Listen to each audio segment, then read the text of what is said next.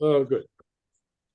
All right, recording in progress. We are good to go. My name is Malika Albrecht. I'm the founding editor of Redheaded Stepchild. And since the pandemic, March of 2020, we started doing book launches for poets with a book out during the pandemic. And several people that are here tonight have also had book launches. Tonight, we are in the good fortune of being able to celebrate with Juan Mobili. And I just realized that as I said that you were gonna correct me. I had a moment of anxiety. But I'm gonna read a brief bio. I'm super excited. Juan was actually one of the poets that we published with our new relaunch issue of Redheaded Stepchild. And that's how I think you and I first became acquainted, Juan, is that correct? Well, actually, you published a poem that ended up in the book about 2 years ago, before the book came out. And then again, in the issue that just came out. Well, this, seeing as all my archives are, lost to the thing, that had slipped my mind, but I'm really glad you submitted for this particular issue. And I love that poem. And I think you're going to read it tonight. Yes. So I'm going to do, we were talking about, South America, and Juan Pablo Mobili was born in Buenos Aires, Argentina, and is an adopted son of the city of New York. He recently came back from doing work in Chicago. He's the son of a teacher and a poet, and this is, no doubt a family thing, that craft. It was lovely. I think we're also going to get to see your son read one of the poems, and he does just such a fabulous job. His work tells the story of the joys and tragedies of a citizen of two countries willing to face life head on. His poems have appeared in the American Journal of Poetry, Mason Street Review, the Red Wheelbarrow Review, and we were talking about the Banyan Review, First Literary Review East, and Spirit Fire Review, among many others, including several poems by Redheaded Stepchild. In addition to that, one of his poems received honorable mention by the International Human Rights Art Festival for the Creators Justice Awards in 2020, while others have been nominated for a Pushcart Prize and, of course, Best of the Net Anthology.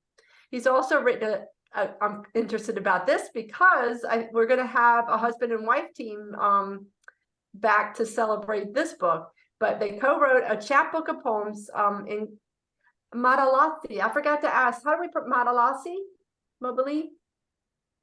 Madalasa. Madalasa. Thank you, Madalasa. You're welcome. Titled Three Unknown Poets, and it's a really cool idea. So I think we're looking forward to that. If there's a thread to his poems, and now it's not going to let me read it. If there's a thread to his poems, it's his lifelong intention to have poetry make the world a more hospitable place. And I think with that, we say thank you so much. And I'm glad you're here to celebrate. And I'm going to turn it over to you. I'm glad you're here. Thank you very much. Thank you very much to all of you. Thank you. And so what I plan to do is I'm going to read a number of poems from the book, and then we can put the link on the website, on the chat, if you like to know more about it. And then I'll read a few new poems that I intend to have in the next book.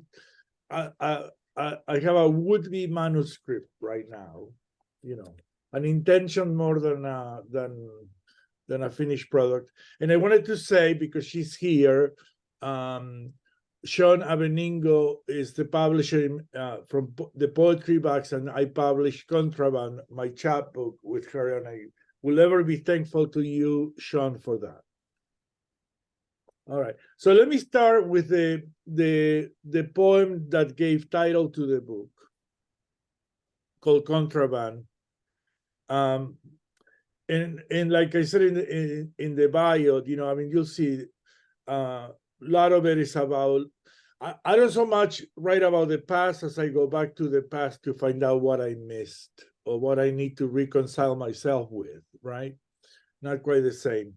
And then you'll meet members of my family in other poems as well, right? Of course, always my mother, otherwise she would come from the other world and chastise me if she's not featured.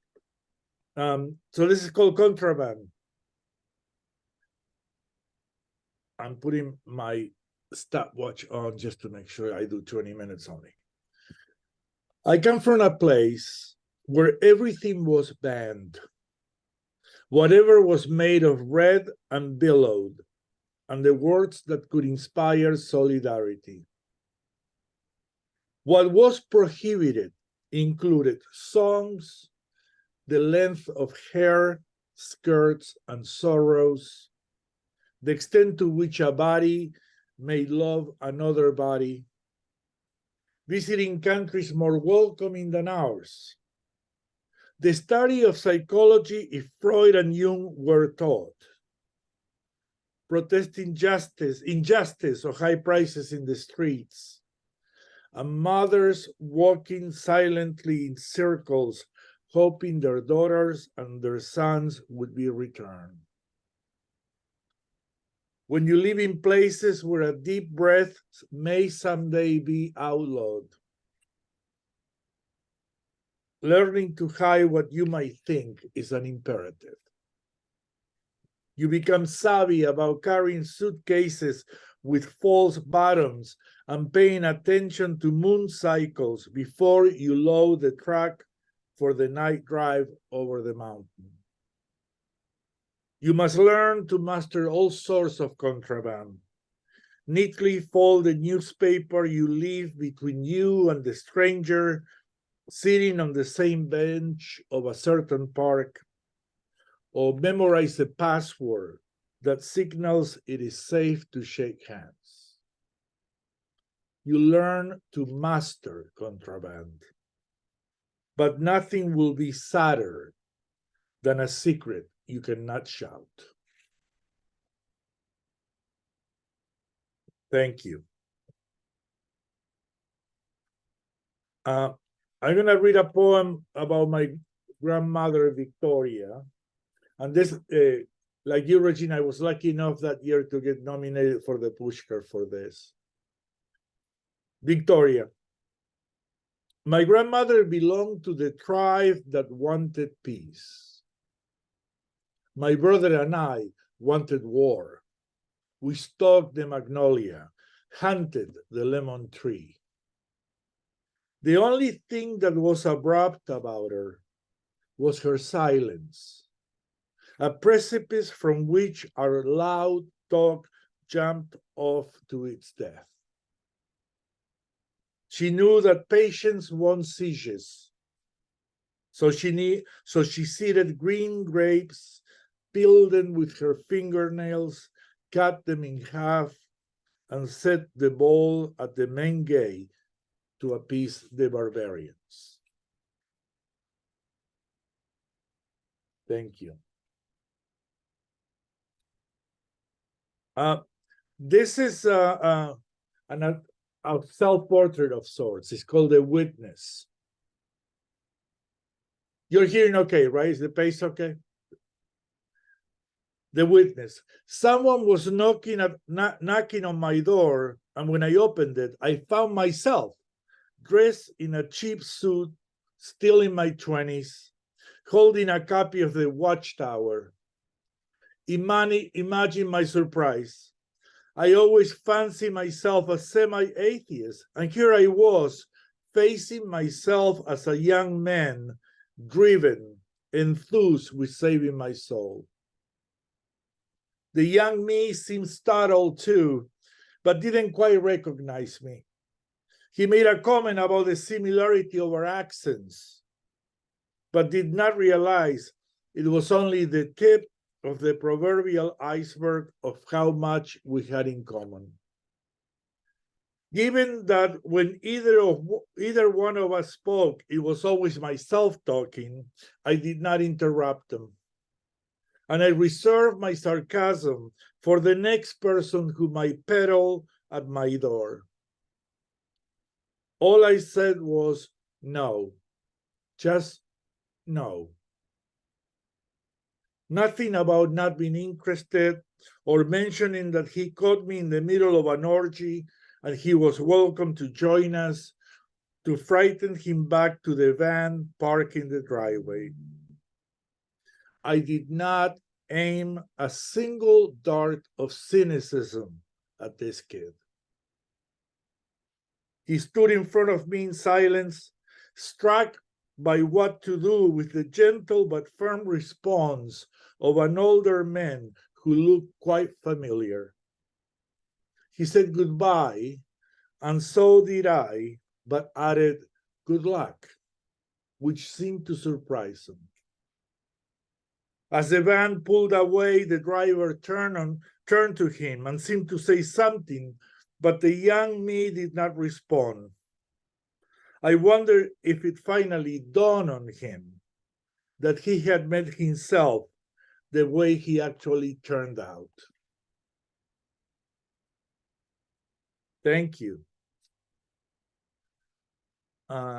This is still from Contraband, and this is a poem that I wrote, I wouldn't say inspired, but compelled by when Judge Kavanaugh became the next Supreme Court justice at the time.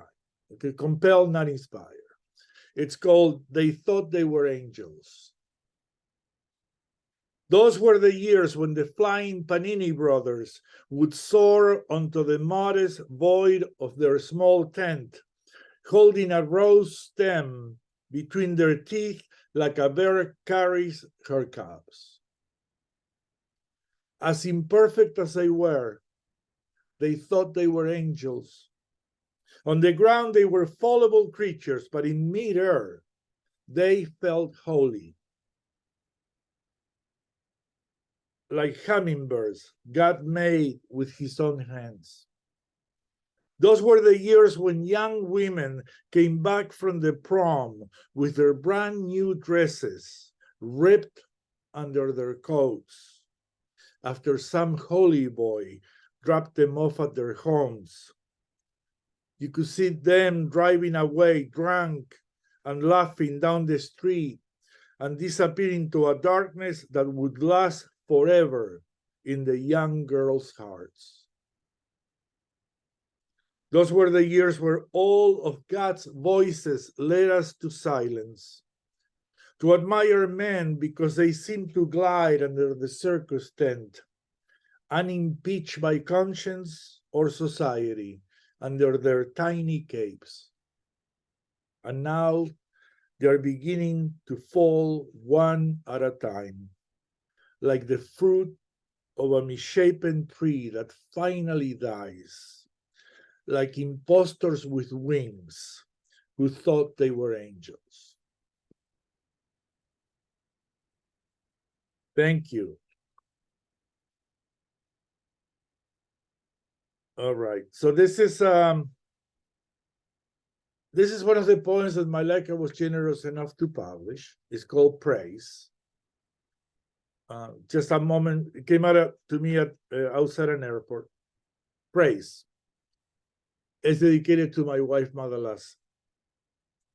I stood on the sidewalk outside the small airport, cars humming as they waited for those who were flying back, while my body received the warm wind as a forgotten gift.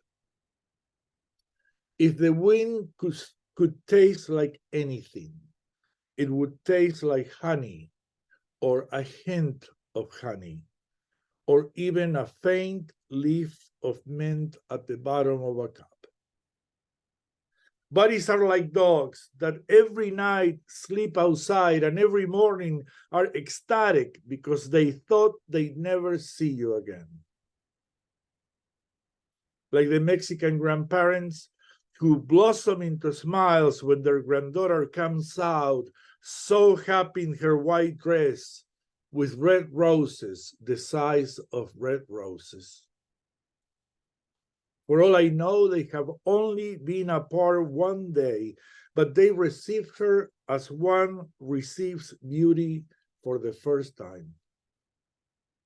Like my body receives the warm wind, a blessing of dogs' souls that forget that what they love will be there the next day, like red roses, the size of red roses. Thank you. And I'm gonna go to this will be now the bridge to things that are published but not in a book. And this is a poem, Malaika, that you published in this issue called "The Sons of Pearl Divers." And it's with my father, definitely mine. And it has a quote by Roberto Bolaño, the novelist and poet from Chile. He says, "It is absurd to see an enchanted princess in every girl who walks by. What do you think? You think you're a troubadour? It may be absurd to think that you're a pearl diver just because your father was and made a living finding poems inside abandoned shells. Absurd to think that metaphors would fill your lungs until they exhale a song he might hear from the bottom of the ocean. As if an old and lonely troubadour would sing a song that breaks the spell of sorrow when the house is as quiet as the day your children leave to find their breath away from your lungs and your advice as they long to reach the hand of the stranger who travels in their chests, the one who has not yet befriended them, but introduced himself. Greetings, I am you. Their longings had not found its name, uneasy in the presence of the sea. Their voices struggled through the threshold of their lips.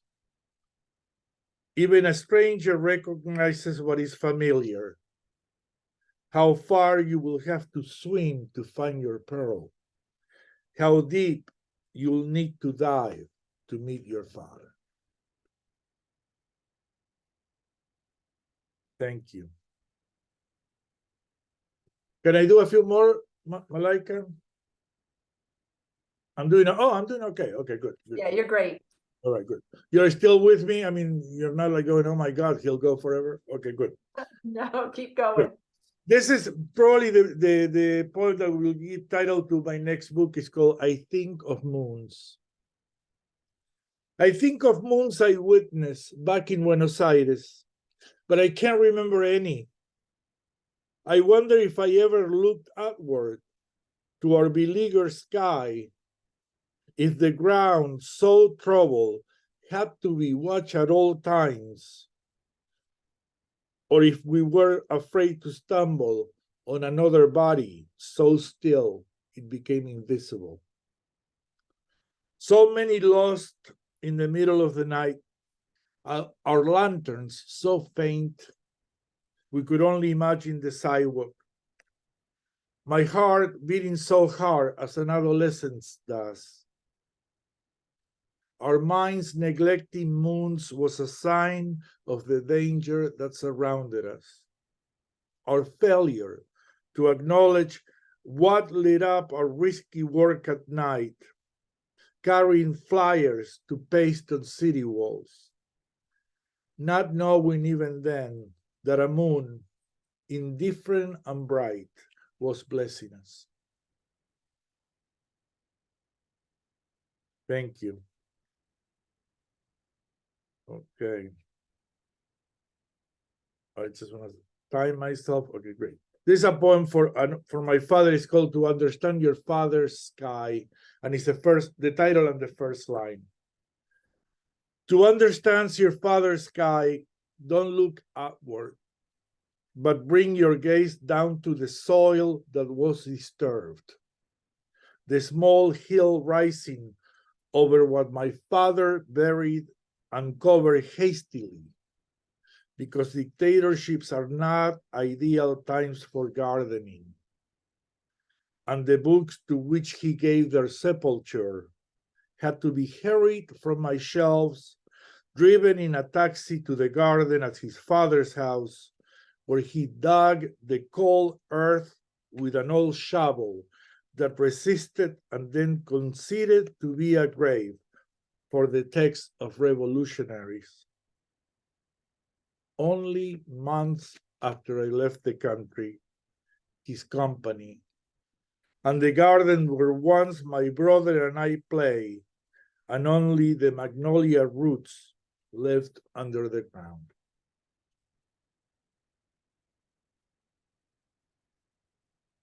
One more about Argentina, and then I bring us, well, then a couple more things. This is very short. It's called The Flights of Death. As you can see, I don't like to talk about the poem ahead of time, but during the dictatorship, 30,000 people disappeared in Argentina over 10 years. And at some point, the most efficient way to dispose of bodies was to sedate them, put them on planes, and throw them into El Rio de la Plata, which was our main river in Buenos Aires.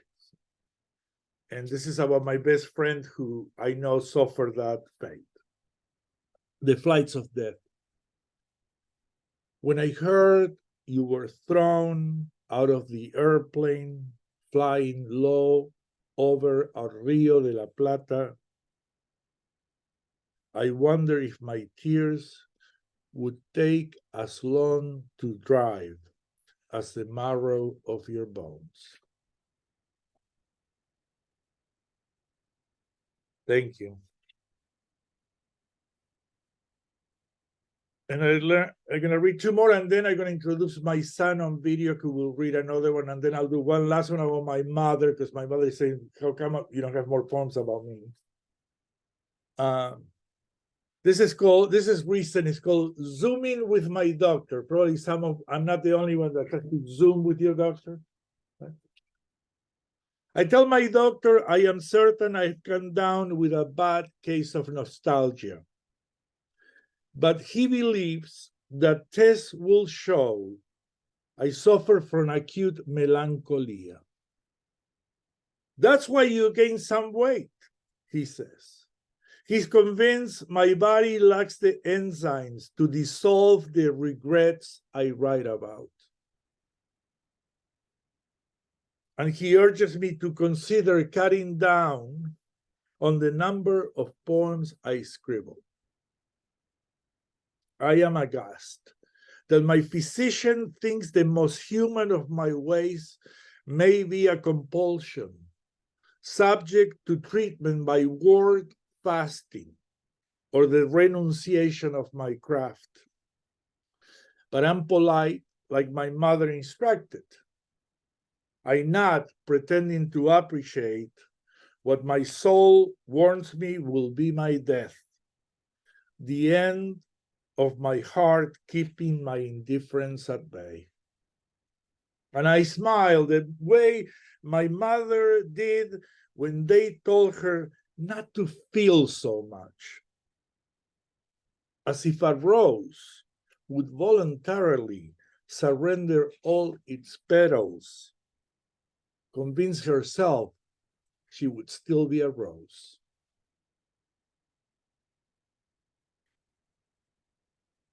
All right. This may be the end of the new book. It's called Learning to be a Foreigner. Who else would travel on holiday to arrive home and realize that his sudden revelation was only an old memory? Who would be suspected by his own family? His mother asking questions casually. Only her son would be able to answer. His brother hoping secretly this tourist is a kinder version of a sibling who robbed them from everyone's applause.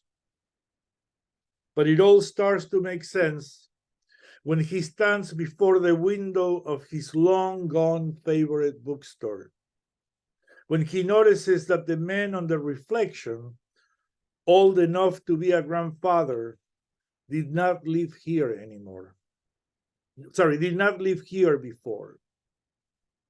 He was thinking of a teenager, never sure of his voice, not this man who looks at himself without blinking, without shifting his weight like that kid. Now he's a foreigner, even in the city where he was born.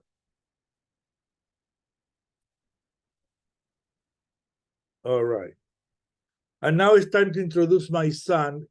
This is a poem I wrote called Rising. My son, just for a little background, is quite young, 32, and he had, in the last 3 years, had to have open heart surgery for some congenital condition that we only found out by a miracle, in an emergency, but incredible that we did. So I read this poem and not realizing how much it may touch him, and he says, "Do you mind if I read it to you?" And I recorded it, and let me see if I can show it to you. Can you see it? Can you see? Okay, great. So hopefully the volume will work. The truth is, I've been frightened to be happy more than once. I could name the times tragedy buried my smile and the lava that covered Pompeii. But you've been there too, invulnerable until life turned kryptonite, crashing to the ground in your red cape, shrouded like Christ, forgotten for 3 days, until you rose again, the nails rust on your palms, your smile still faint, returning, knowing that being happy was worth the fight. It's called Rising, by the way. And I will end, as I promised my mother, with a poem about her. My mother, by the way, both my parents passed, unfortunately, many, many years ago. I'm actually 1 year older than they were when they passed, so it's quite interesting. And what I would like to say is everything in the poem is pretty much true, at least when it talks about her death. It's called Farewell. My mother passed away in the back of a Buenos Aires taxi. Her friend thought she was sleeping. My mother loved taxis. On buses, she was somber, circumspect like a locksmith, attending to the groove that would unlock a single door. But in taxis, she would come alive. They were a luxury she let herself enjoy, delighting in the traffic, counseling the driver on joyous purpose. In the back seat, she would imagine what ease of means might be. Had she not chosen to be ashes scattered where my fathers were, the hearse would have been followed by a caravan of taxis. You could have seen old and young men driving without passengers in mourning for my mother. Trucks would not impose their size and cut anyone off for a change. And the lights would turn green as they approach each corner. I think she would have loved to know that they all came to pay respects, a line as long as a pedestrian's eye could see. Bus drivers would suddenly stop making fare change and bow their heads. At the eulogy, the priest would raise his hand and slowly say, "Farewell, beloved passenger. May the scent of vinyl that always brought you joy accompany you to heaven. Farewell." Thank you. Oh, that was gorgeous. The whole thing. And that last poem, holy smoke. And thank you for talking about the backstory. I loved your son reading that poem when I had seen the video, but even I think I'm probably not alone that it's hard not to tear up in a lot of these poems. I know people have questions. You're welcome to unmute, but Juan, thank you so incredibly much. Thank you. Thank you. I think one of the things that kept striking me was there was a movement in your poems that go deep in and then deep out and deep up and then deeply rooted. And I thought that is pretty amazing. And saw somebody else, maybe it was Regina, had written about the depth of the spirituality. Am I remembering correctly? You're muted. I think Donna said that. Donna. Donna. Yeah, Mhm. thank you. Mhm. Thank you. Yeah, it is so evident in this poetry. It's just amazing. I love your poetry. It just speaks to the heart. Thank you. Thank you. I mean, I don't know if this answers, or there was an answer needed, but to Malika, the in and out, and I think I learned this from my father, but I think as a poet, it's important for me to be a citizen as much as a husband, a father. I didn't read any about my granddaughters, but I'm a grandfather. That's my latest title that that I carry with honor, right? So anyway, I the world is very much present, the inner world and the other one, right? And I deeply admire that. It's, a poetry of witness, of definitely being a citizen, but then, it's also all these things. So I think that really impressed me, just hearing, just the breadth of information and topics and ways of saying things. I think it was hard not to be stunned, really. Thank you. Did anybody have a question? I didn't see a hand up, but unmute and just jump in. I think Judy does. Yeah. Please, yes, jump in. I love the way you read the poems. And I was wondering if there's a history to that, or if that is just a natural way that you read. What did that come from? Oh, I don't know. My father was a poet, and I thought he read very well, so from him I learned that there's something to read poems aloud, right? And then, so I think that happened before I concluded why I was interested in that, and I always want with poets I really love. I always wanted to hear their voices, I think I told you, Judy, once the big disappointment was Pablo Neruda. I don't know if you ever heard Pablo. Pablo Neruda is one of my gods. And if he reads, I would say this, if you run out of ambient, just listen to Neruda reading his poems, and that should put you to sleep, right? It was not at all the passionate man of the poems for me, It was, I mean, this is a non sequitur, but it reminded me of, in Argentina, all the movies were dubbed.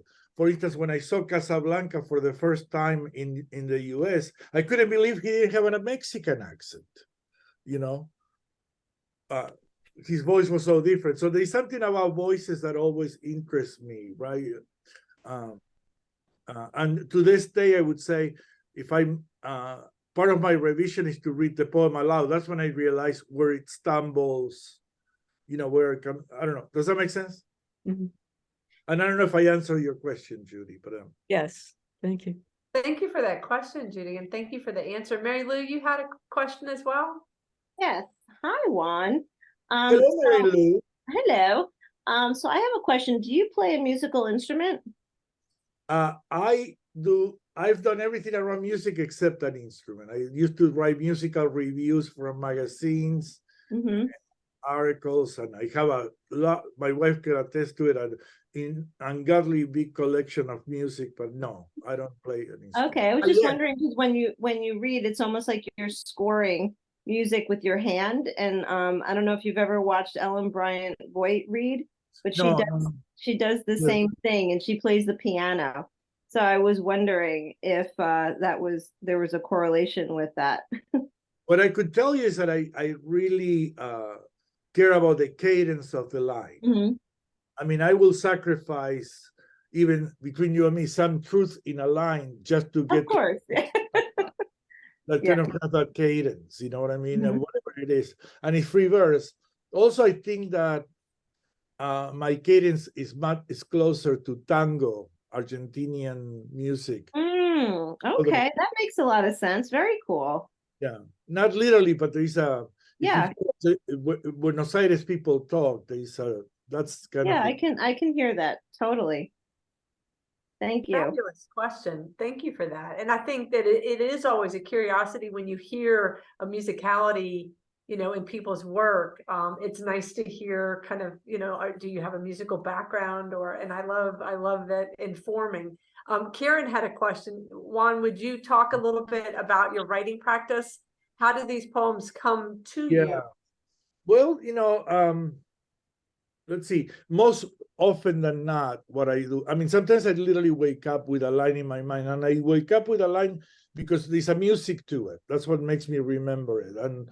And I wake up early enough. I learned this from someone I love, William Stafford, the poet. He used to wake up at 5 a.m. in the morning. So I wake up with enough time to write something every day, even if before emails and before my head gets polluted with reality and all other things, right? And sometimes I wake up with a line. Sometimes I just begin with whatever is happening on my yard, a robin, you know what I mean, the leaves or whatever. I'm not a poet of nature, really. Dave knows this. I said to Dave once, my problem is I see a tree and in a matter of minutes, I'm thinking of my uncle. You know what I mean? I always, but anyway, so I trust that, this is the thing for me. I never met a metaphor I didn't like. So my first drafts are insufferable in terms of the number of metaphors. So I let myself write as much as I want, indulge. And then, as the saying goes, I write with my heart, but I revise with my mind. So I'm very, very strict. And an average poem, the poems I read probably has 15 drafts before I thought they were ready. I mean, and sometimes it's down to changing a comma. So I draft. Then at some point I realized my eyes cannot see anything new. And that's when I have certain friends. Brian is one of the people that we meet somewhat often. And I said, and I want somebody else to tell me, is this done? What do you see that I don't see? So I bring somebody in at that point. And then this sounds like a cop-out, but at some point I figured that's it. If I touch, my wife says, if you keep touching, it's gonna get too precious, and lose. I want some asperities to remain. I want, the authenticity to still be there. So I would say that's the closest, Karen, that I come to a method. You know what I mean? That was an incredible answer. Yes, thank you. Oh my goodness. Yeah, that was great. Juan, I don't know if you hear me. I'm Jorge Cortese. I'm actually originally from Argentina, so I share many of the things that you have. I write novels, and I experience, like you, that feeling of being a foreigner in both countries. But also, like you, and this is what I wanted to ask you, I feel that as you live in a country and you are part of the history, and the history hurts you, you become part of their people. So that is true both in Argentina for me. Part of my extended family were desaparecidos. So, and it's also true here, because if you live long enough in the US, history will hurt you. And we all share that. So it's a different space, and I think that you represent that very well in your poetry, as occasionally looking from the inside out and sometimes from the outside in. I feel that there is a brotherhood on people that live like that, like us. Thank you. Well, I think Malaika read, I really mean it when I says I want to make the world more hospitable, including me, right? Because I don't think it's the most welcoming place all the time. I mean, it's beautiful, but very trouble. One thing I would say is I always say that we're all from some particular place, some particular time, and some particular people. And of course now includes my whole life. I now lived in New York more than twice as long as I live in Argentina. So, I crossed that line a few years ago, and it's different. I mean, you see different things. But as you travel in Latin America, you also share some of the same stories: the military governments, the suffering of some of the minorities, the indigenous people. So you do feel that no matter where you are, that very large history of countries. Yeah, including the United States, by the way. Yeah, true. Thank you so much. Thank you for doing it. Thank you, Jorge. Yeah, thank you for that question and the insights. I also like that kind of looking inside out and outside in, that dual place that people have that have lived in one place and then moved to another. You have a unique insight that I think, you know, it's kind of like if you're swimming in the water, you can't define the water as well.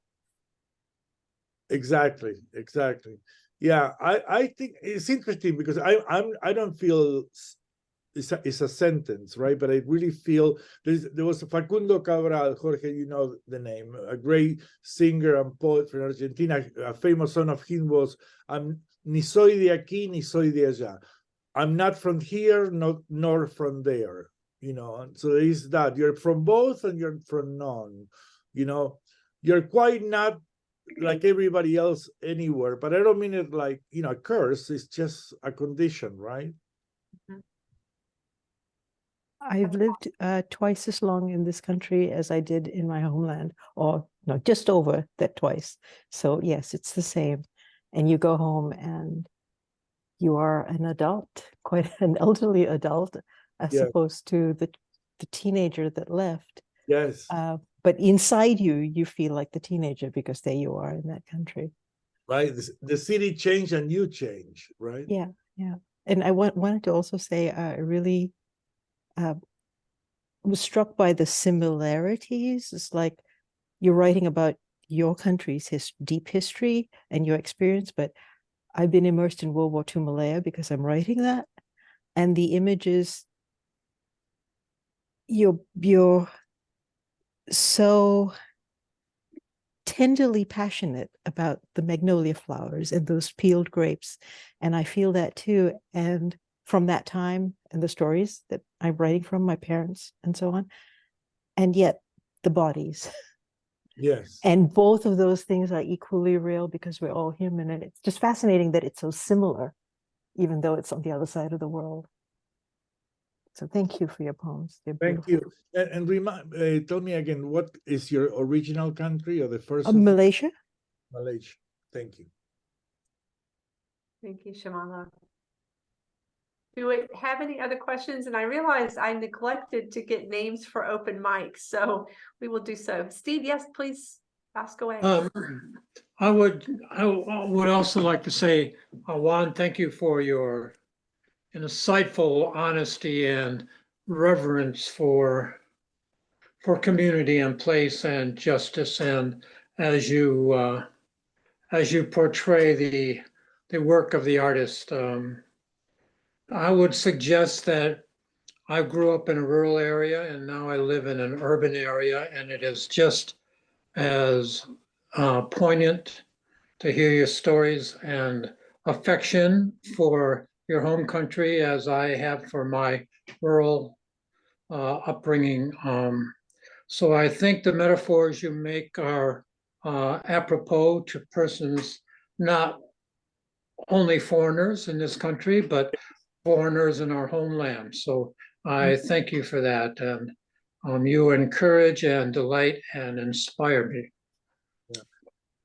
You know, I don't know for you, but for me, a measure of a poem really hit the notice when people tell me that it mattered to them, that they left thinking about their life, not mine. You know, I mean, I had people write about my poetry in ways I learned from it, but then I remember once this woman who definitely was not into poetry was forced to come to a reading that I was given, and I read a poem where I mentioned my mother's at the parlor making, you know, doing her nails. And at the end, she came and says, you know, I haven't thought about the shade of red in my mother's nails in 20 years. And for me, that was a triumph of the poem. You know what I mean? That it doesn't stay with me. You know what I mean? I mean, I don't do it intentionally, but that's my intention always, that, you know, my father was a very tough critic as a poet of mine. You know, one time he even told me, I read my poems, he listened very respectfully, and then he says, remember, I am the poet of this house. So it was pretty clear, you know what I mean? But he would say to me, I said, look, everybody has experiences you describe. It's how you write about them. Other one is your diary, and you should keep it to yourself. Right? And that stay with me for what it's worth, anyway. Well, thank you. Thanks for that question, Stephen. Thanks for that dialogue. It was nice to, you know, to hear all those insights. Is there anybody that had another question?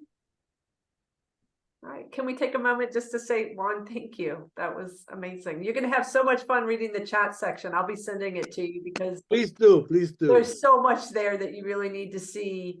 The lines that resonated with us and other comments. I plan to read the whole chat to my sons for Thanksgiving dinner. It's another form of torture. You said that you can say, let's have a moment of gratitude for me. So, exactly. Thank you so much. Thank you. Oh, thank you. Madala, maybe you could consider reading for open mic one of your poems in the chapbook that y'all worked on together, just as a thought. Not to put you on the spot. And I do only have Catherine's name written down. If you'd like to read, if you could put the little hand up, and I will pay attention as best I can. So I've got Steve. Susanna, yes or no? Malika, I'll read. All right, Christy. Regina? All right, anybody else? Kay or... I'll read from the book. Oh, fabulous. I'm so excited. That's what I was hoping for. Thank you. Shamala or Donna? Yeah. I'll read. Okay. All right. If I neglected anybody, please send me a message. I'll pay attention to the chat section. Catherine, we're going to start with you. Okay. To unmute. Thank you. Okay. This is I'm a retired teacher, and this is I wrote this after a class that I will always remember after they graduated. Class of 2012. The halls are barren, echoing your absence. My mind, a landscape of your faces. I ponder what life holds for you. Graduation day, faces aglow. I sit in my classroom now, ambiance like the calm after a storm, a beautiful storm, class of 2012. Thunder and lightning, voices igniting, passions unfolding, so much beholding to one another, sharing angst, struggling through to the identity of you, the last, I believe, of the passionate, in your face, I am senior ones. Catherine, thank you so much. What a fabulous teacher. Yeah, I was going to say, check the comments for specific things that people wrote. Thank you. I'm coming to you. Just make sure you unmute. Where I do not see you, Steve. There you are. So make sure you unmute. Oh, all right. This is called Unfold, from the title of one of my books. Unfold. I push Command N, and a new blank page appears. The screen is more opaque, more illusionary than the screen on my door that lets the fresh, dewy air of morning fill the kitchen. The sanitary blankness waits the arrival of keystrokes, waits thoughts in my head to coalesce in some way meaningful.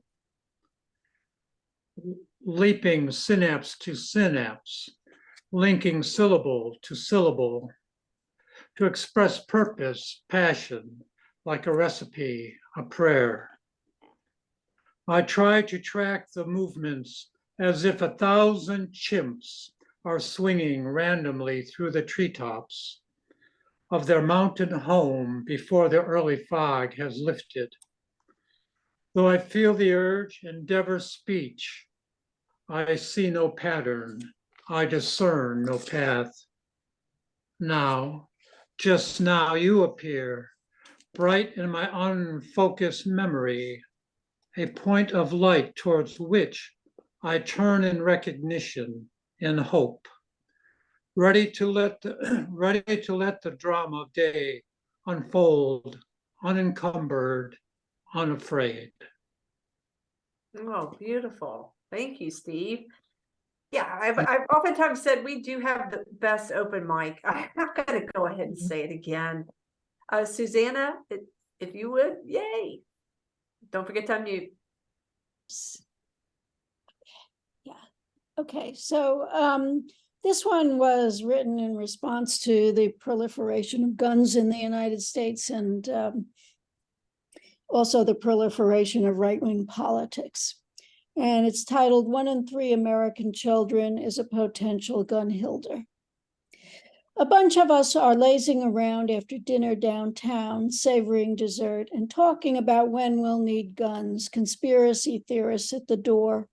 A third of American homes with kids have guns, and I'm revved up to learn to shoot, to take a few of the assassins with me before I die.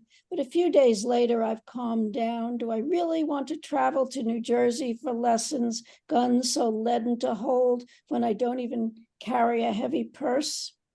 Gun is such a bland word, banal in looks and in the way Hannah Arendt meant, the quotidian opening of the door to doing evil. Gun comes from the Scandinavian, perhaps, Gunhilda, both halves of the name meaning war, a sort of doubled war, and yet there have been only 7 mass shootings in Sweden in the past 120 years and 611 just last year in the United States. A few months after the gun-filled Gunhilda discussion over dessert, we were at the end of a vacation in Stockholm and called a cab for the airport. That day, there was another mass shooting back home. The cab driver had heard the news on the radio. I still remember his voice when he told us, when he grabbed our luggage, the look on his face. Thank you. Susanna, knocking it out of the park. Yep. Gun is such a bland word. And Juan and Susanna, if y'all don't already know each other, you should get connected because I think you'd have some fun reading together. Christy, I'm coming to you, and I am going to pause